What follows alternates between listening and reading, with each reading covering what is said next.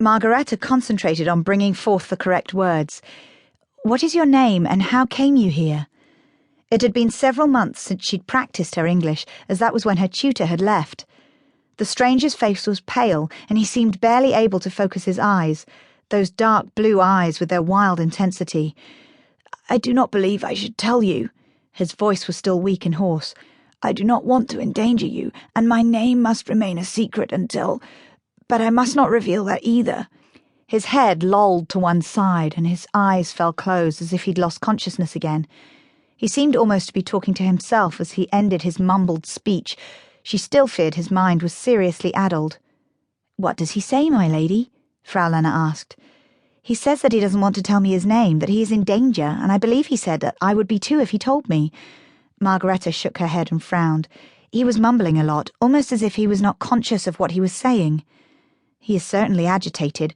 Ask him to tell us where his injuries are, and if he's able to talk, ask him who beat him." Margaretha touched his shoulder and he opened his eyes again. She wasn't sure of the English word for injury, so she asked, "Where do you hurt?" He turned his head slightly and winced. "I am not seriously hurt. I need only justice."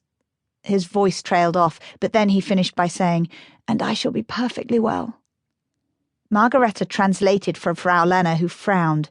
"What he needs is food and rest. I shall get him something to eat. Ask him about his head." "Your head," Margaretha began, pointing at her own head. "How did you hurt it?" "I did not hurt my head," he grumbled irritably. "Someone hit me. He did it." He gestured with his hand. "His men tried to kill me. They killed John. They killed him. Then they beat me and left me for dead." "Who?" "I mustn't tell you." "Very well, but you must not become so..."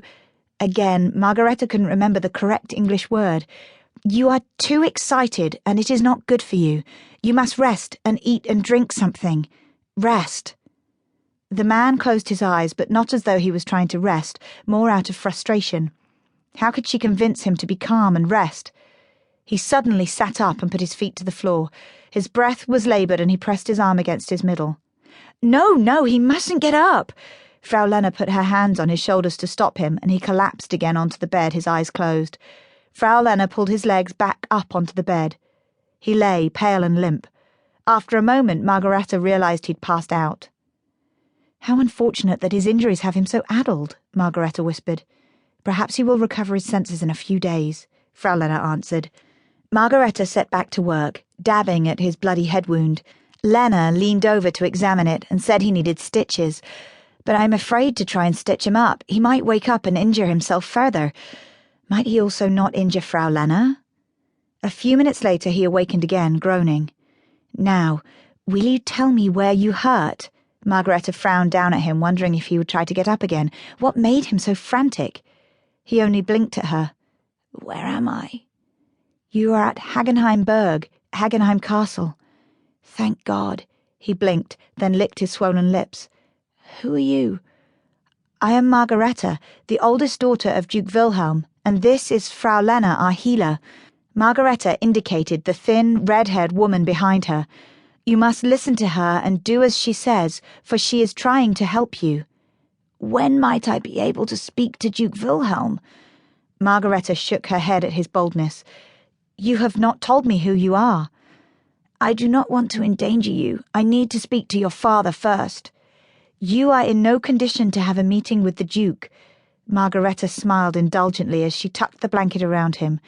"If you lie still and answer Frau Lena's questions, I will try to arrange for you to meet with my father when you are feeling better, and looking and smelling better.